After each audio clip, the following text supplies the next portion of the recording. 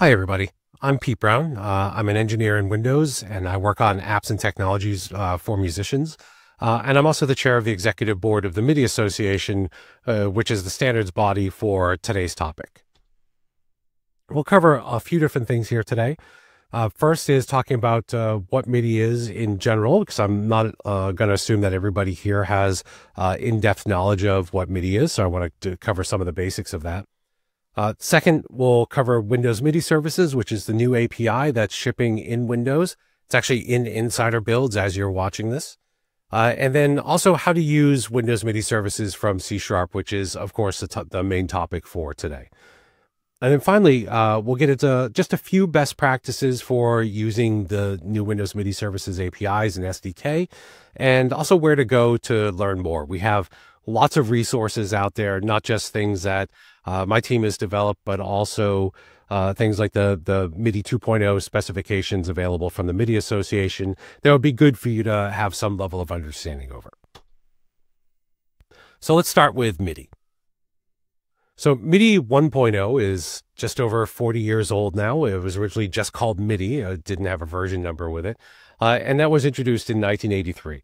It was a data exchange protocol, and still is today, a data exchange protocol between different musical instruments, lighting equipment, stage equipment, sequencers, everything related to the creation of music and transferring the control data between them. This is not a protocol that transfers audio. It sends things like, play the third octave C# note at half velocity. It sends those types of messages across. Or it sends out a timing clock message on a regular basis. Or it says, hey, start this sequencer, or hey, stop this sequence, or change this control value on the synthesizer to 3/4 of its full value, or change the patch on the synthesizer to this piano patch over here as opposed to the current patch that you're on. So it's really that kind of glue that gets all of these different devices talking to each other. And in fact, the first demos in 1983 showed two different synthesizers from different manufacturers, Roland and Sequential, that were talking to each other across this, which was revolutionary at the time because this was the first protocol that was standardized across all the different manufacturers. Now, important for our discussion here is the protocol is based upon a stream of bytes going across the wire. Originally in 1983, this was just serial communication at 31,250 bits per second, so relatively slow, but for the day it was fine. So it takes roughly a millisecond to send a single note on message or a single note off message, that type of thing. But it's a protocol designed assuming that you're just getting this stream of data across a serial connection. And so the way the protocol works is the first byte that comes across has the opcode in it, and the high bit on that opcode is always set to high, so that you know that if that last bit is set, then this is in fact a new message coming across. And then all of the bytes related to that message after that always have that high bit set to low. So the values that they can transmit are effectively limited to something between 0 and 127, because you don't get that last bit of resolution in there because they're used to distinguish the data bits from the main opcode. So what that means is when you turn, say, the filter cutoff on a synthesizer and you're sending that across MIDI, it means that number that filter value can be between 0 and 127. Now the protocol has been enhanced since then to give additional resolution using different types of controllers, but even though it's standardized, it's not something that every synthesizer out there supports. Okay, and I have some examples here showing what those messages actually look like. Now, many years later, so in 2018, the MIDI Association created something called MIDI CI, which is MIDI Capability Inquiry. And that was designed as a bridge between MIDI 1.0 and MIDI 2.0, even though it's technically considered part of the MIDI 2.0 family and is often branded as MIDI 2.0. It runs over the same transports that are supported by MIDI 1.0 and MIDI 2.0 because it's implemented just as standard sysx messages. And the way that this works is it allows a synthesizer or a controller or a piece of software to say something like, I'm an orchestra. I follow the orchestral articulation protocol. So here are the control messages and what they mean. Or I'm a piano, or I'm an organ. It has like those types of things for profiles that makes it much easier for you to discover what you're talking to and to be able to send the correct messages to that to control the correct parameters. And then it also supports something called property exchange, which lets you do, say, an inquiry to it saying, what's your current patch? And it can respond back and say, hey, my current patch is A43 burning grand, or what are all your patches? And you can get all that information from the piece of software or from the device. And so this is really good. And even with the upcoming MIDI 2.0 stuff I'll talk about in the next slide here, or I should say the current MIDI 2.0 stuff in the next slide, this is still super useful, and the fact that it runs across both the older transports and the new transports gives you a nice bridge between these different technologies. So the next phase in this is MIDI 2.0 Universal MIDI Packet Protocol. And version 1.1 of that came out in 2023, and that's the version that is supported by Windows MIDI services.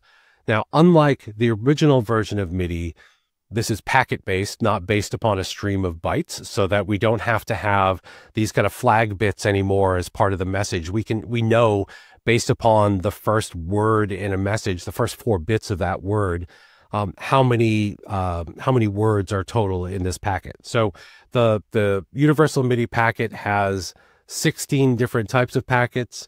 And each of those have a different kind of semantic meaning for us in terms of how we treat those messages. But also associated with that is this packet type has this many words of data. So for example, a type 2 message, which is a MIDI 1.0 channel message, can have 1 word in it. So it's just 32 bits long. But a type 4 message, which is a MIDI 2.0 channel message, has 2 words. So we know that that's going to have 64 bits total. And then there are other ones, say, for example, a type F message, which has 4 words associated with it. So it's 128 bits. And so we know for each one of these packets, we know exactly how many words we should expect, but we also know the meaning of the data that's in that packet based upon this additional information. The other thing that the UMP format adds in is this concept of groups, which you can think of them like a channel multiplier. So MIDI 1.0 supported 16 channels of information per cable, essentially. So now we can have those 16 channels, but we also multiply that by up to 16 groups for the endpoint that we're talking to.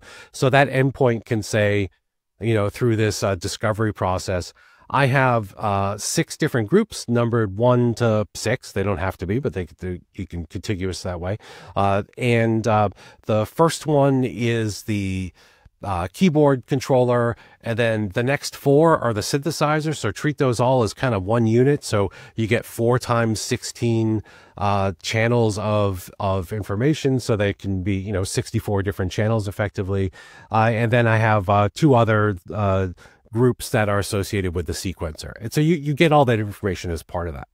I bring that up because the way that the protocol works is you want to be able to discover information from these devices in this bidirectional communication, and to be able to adjust how you're using those devices based upon what they tell you about themselves, which is something that was started in MIDI CI and is kind of brought into full force here with the UMP protocol. So there are MIDI 2.0 devices available today. I have several of them here. The Yamaha Montage has full MIDI 2.0 implementation, complete with the functions and stuff that I was talking about a second ago. The Roland A88, same idea. That's a keyboard controller. You can actually see it, over here behind me. That is a piano action controller that has also full MIDI 2.0 UMP support. There is a Native Instruments Complete Control that has MIDI 1.0, but it's over UMP because, MIDI UMP is backwards compatible, and it has like really good rules for you to be able to take the existing MIDI 1.0 messages and pop them right into a universal MIDI packet. So that supports that. There's the chord key stage, which implements the MIDI CI aspect of MIDI 2.0. So it has great discovery for being able to talk back and forth to the different applications on the computer. And then there are a number of applications that run on different operating systems. So Steinberg Cubase and Bremer's Multitrack Studio, both of those companies have been working with us to implement prototypes of Windows MIDI services throughout the development cycle. They both have versions that I've demonstrated at different events. And if you're on the Apple ecosystem, they of course have a different MIDI 2.0 API implementation than we do. But Apple's Logic Pro supports MIDI to UMP, as do several DAWs that are on there. So again, this is something that has kind of broad industry support. And of course, there are also implementations on Linux. So ALSA is an example of that, as well as on Android. So now let's talk about Windows MIDI services, which is our Windows API support for MIDI 2.0. This is a unified MIDI 1.0 and MIDI 2.0 API. So it's a new API that does all the things. Internally, everything is treated as a UMP message. So even if we're connected to an older MIDI 1.0 device over USB, we will take that and translate it, because it's a very quick and transparent process, into UMP, so that we can route it around inside our system. We can manipulate the messages just like we can MIDI 2.0 native messages. We also have a brand new USB driver, and between that and the service that we've built here, everything is brand new from the ground up. And that USB driver is super fast and uses some of the best practices from today. The API and the service are multi-client, which is a big deal. More than one application can use a port at once. That's something that many people have been asking us for a very long time. And then we have support for virtual and loopback devices built right into it when we ship. Time-stamped messages so that you can schedule messages as they're sending out, and all incoming messages are also time-stamped. And then it's also backwards compatible with the older API. So we've actually replumbed the WinMM API to go through the service now, so it gets some of the benefits. It doesn't get full MIDI 2.0, but it does get things like multi-client support that we could provide without breaking that older API. And so instantly all the applications that you have that use MIDI on Windows today will be able to be routed through this service and use many of the new features. And of course, we built this with the idea that MIDI is going to be expanded over time. So already working on the implementation of Network MIDI 2.0, which will show off at the NAMM show in January. Also working on Bluetooth MIDI, as well as several others. And we've made it so that those are super easy to plug into the service, just using COM APIs, as opposed to having to create a new driver, which is the approach everybody has to take today. And then finally, we did all this in the open. It is an open source project, even though it's going to ship Inbox and Windows, or is shipping Inbox and Windows. It's been built out on GitHub with partner support, with everybody giving us their feedback. We've tried to be as transparent as possible. And this is honestly for something that's an Inbox Windows API. This is somewhat a new experience for a lot of the people on the team. It's been super rewarding to be able to have this all out on GitHub and be able to be very transparent about decisions, and also adjust based on the feedback that we get. I'm not going to go through this whole diagram here, but this would be a good point to pause the video if you want to look and see what the actual structure of Windows MIDI services looks like. But the main thing to take away is that we now have an actual service in the middle, so applications are not talking directly to drivers anymore, and that has enabled like all the other things that we're doing here as part of Windows MIDI services. So enough yapping. I hope that's a good amount of background. Let's go ahead and get into some C# code. The MIDI services console is something that ships with the SDK, and this is a tool that's, I won't go into details on it here. I'm actually going to put out some other videos on YouTube that show more in depth what this can do. But this is kind of the essential tool for MIDI, especially if you're a developer and you want to test things out. So I can say in here, I can select MIDI and num endpoints. And it's going to give me a list of all the different endpoints that are available right now based upon what I have plugged into the system. I can say MIDI time, or MIDI clock, excuse me. And that gives me information about the current clock, time, etc. I can say MIDI endpoint properties, and it's going to give me the information. So if I go to the montage here, you see here's group terminal blocks, and this one I turned off the function block gathering here stuff for a second ago, but this gets us all the information about that device, which is a lot more than what we were getting before. Anyway, so let me go over here now. I'm going to create a new project. It's just going to be a console app. We're going to start from kind of scratch here. You hit next. Because there are a few things that you have to do when you're setting this up, because it is a WinRT API, so there's a little bit of ceremony. Yes, we want .NET 8, because that's what I've been developing in here for forever for this. It is the LTS version, so not a bad idea. Of course, .NET 9 also works. Okay, back from that, which is good because I needed to cough anyway. I've got some allergy thing going on because I'm allergic to something at every time of the year. But here's the console application. I haven't made any changes to this yet. So I'm going to go in here and I'm going to look at the properties for this. And there are a few settings I need to change. The minimum Windows version for this. So first of all, we're going to say it's Windows because we are platform specific. And then the target OS version and the minimum one is 20348 because that is the version that was built as the kind of the minimum here. And same thing for supported. We want to make sure those are both set. I'm going to save this. Okay. And then there are a couple of other things I need to do. Another one is if I go to something off screen here and I pull this in, I am going to copy this manifest file over. You'll see it pop up in just a second. So paste that in. And we should see that pop up here. Here we go. So I have pasted in this example MIDI app.exe.manifest. It's a WinRT API. This is used on the desktop, so we need an app manifest for that. And it needs to be named the console app2.exe.manifest. All right, so those are a little bit of the ceremony. There's one more thing I need to do before I start adding new NuGet packages to this. Of course, I could do this afterwards, but I'm going to open up the console app here. And inside this property group, I'm going to add in the Windows SDK package version. And again, it matches the 20348. And again, this is something that's needed because this is a WinRT API.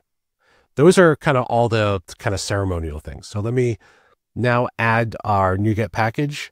So if I go into manage NuGet packages, NuGet packages, I am going to browse, let's say MIDI 2. Oh, and I need to make sure that I set this. I've got this as a local package right now. Right now, our NuGet packages are not at NuGet.org. They're at they're in our repo. They'll eventually be published properly, but right now you have to get them from GitHub. So I'm going to add this. I'm going to install this package. Okay.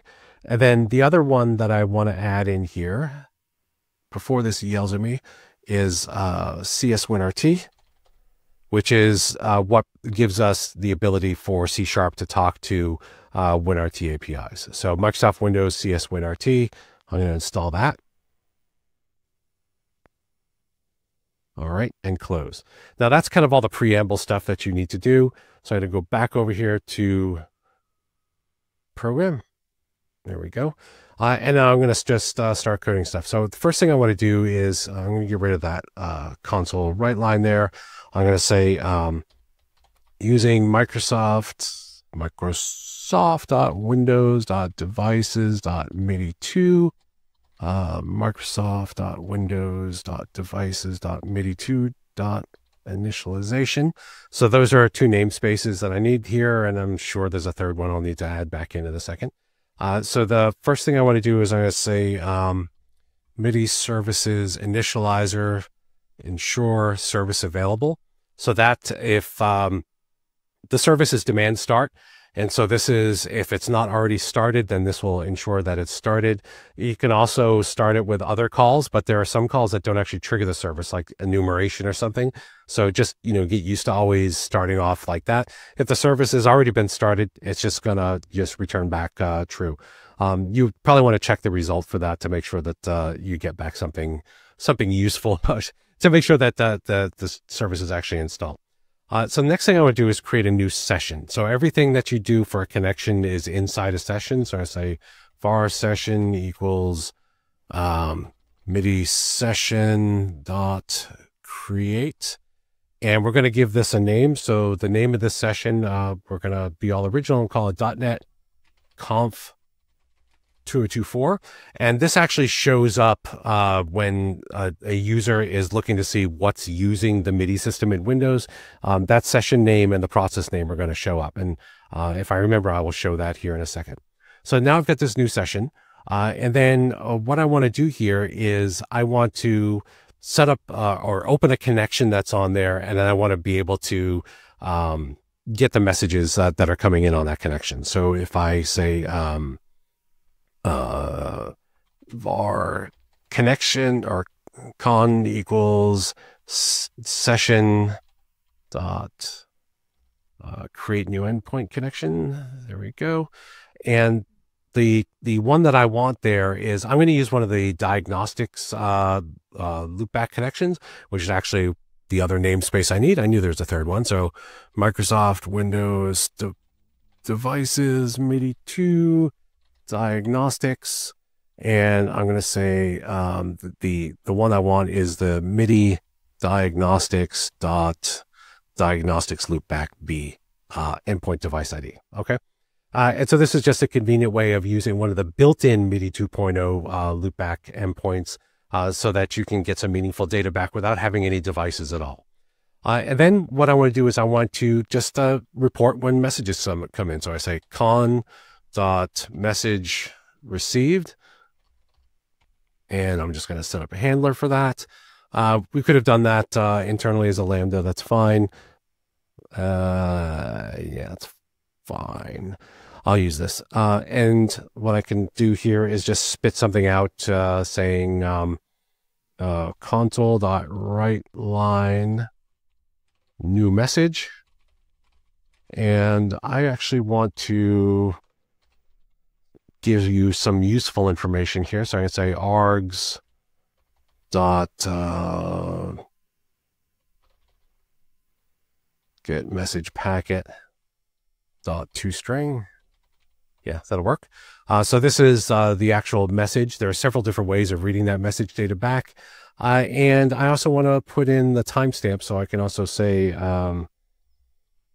nope, fat fingered that. Let's say args dot get message packet dot timestamp. All right, then that gives us the timestamp. So now we've got this information whenever a new message is received. We can do that. So now that I've wired up that handler, I'm going to open the connection. So I can say con.open, right? And then, of course, I want to make sure that this doesn't just immediately close. So I say console.readline. And so I'll wait for somebody to hit enter. Now that's really like the very basics of creating a connection. Now, and cross my fingers, if everything works here, actually I should make sure I put up something. So console.writeLine and just say session created, just so we see something there on that output. I'm going to save this. I'm going to run it. Hopefully I don't have any typos. Okay, we're back. So now the session has been created. I'm going to go back over here to my other console window, and I am going to send something to this loopback. So I say MIDI endpoint send message x2 1 2 3 4 5 6 7 count 5, and I'm going to send to the diagnostics loopback, which means that it'll show up over here as our message that we received. So there we go. We saw that those are in fact the messages that came back in, and I can just do it again, and you can see that those messages will come back again as well. Now, if I wanted to connect this up to another application, I could very easily do that. So if I start up, actually, let me pull up this other project. So now here's this pad controller. This is a C# WinUI application. It says it's connected. if I go over here to the command prompt and I say MIDI num endpoints, we're going to see that pad controller in here. So there it is. And this is the ID that we use to connect to it. So I can just copy this and then go back over to our console application. And that one, I've got it set as always on top. But right here where I was getting the loopback device ID, I can just say, oops, helps if I learn how to type one of these days. I've only been doing this for like 100 years. If I just paste in that ID that we've got there. So here is that one that we want to listen to. I'm going to run this again.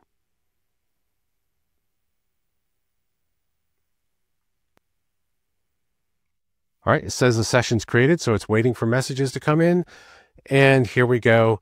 Each one of these you see is now sending a message across, showing off app-to-app MIDI. Okay. There is a whole section of the repo that is full of samples. There are samples available in C++, samples available in C#. We're also working on what we could do with Rust for some of the Rust WinRT projections, and if we're going to offer a MIDI 2.0 crate for that. But those samples are all available out there now on GitHub, so you can learn some of the more advanced things. One of my favorite samples is the one that we were looking at, which is the ability to create a MIDI 2.0 virtual device, without requiring anything from any third parties, and you can do it right from C#. So I think that was super fun. Now, a few best practices that we have here. Please use the WinRT app SDK. It seems obvious, but there is underneath that, there is a very basic COM API for the SDK to talk to the service. And it's public. It has to be in order for us to be able to ship this SDK out of box. But that API is designed bare bones for communicating to the service. A good chunk of the MIDI 2.0 functionality that you'll be looking for is actually implemented inside that WinRT SDK. Of course, we support .NET 8 and .NET 9. We actually support a bit further back than that, but we recommend you use either .NET 8 or 9. There are lots of other people here at the event this year that'll tell you why those are great choices. We also recommend that you have one connection per endpoint, because each endpoint connection that you create does use some resources for the different buffers that go between the client and the service, and then between the service and other endpoints. If you are enumerating devices, listing out the different endpoints, we recommend that you use the watcher.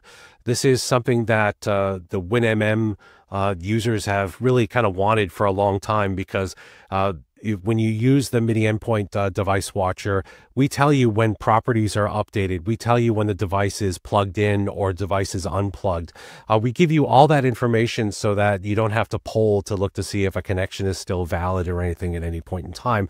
And you can have a much better user experience by being able to enable or disable things in the application based upon that watcher. This is a specialization of the WinRT device watcher.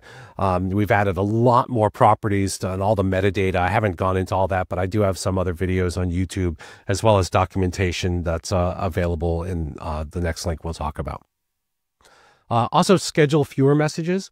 It's just the nature of, like, when you're using a tree to do some sorting of things on the service side, that starts to slow down once a tree gets beyond a certain size. So we recommend that you keep it to scheduling fewer than 500 messages at any one point in time when you're trying to send those out. So don't schedule your whole song in advance. Schedule, a number of milliseconds or a couple of seconds out in advance. And then when you want to send messages immediately, you could, of course, pass 0 for the timestamp, but if you want to make it more readable, the MIDI clock type does have a constant that you can use for that. That is send immediately or something along those lines. Finally, if you want to learn more, again, all those resources I've been talking about are available at aka.ms/MIDI.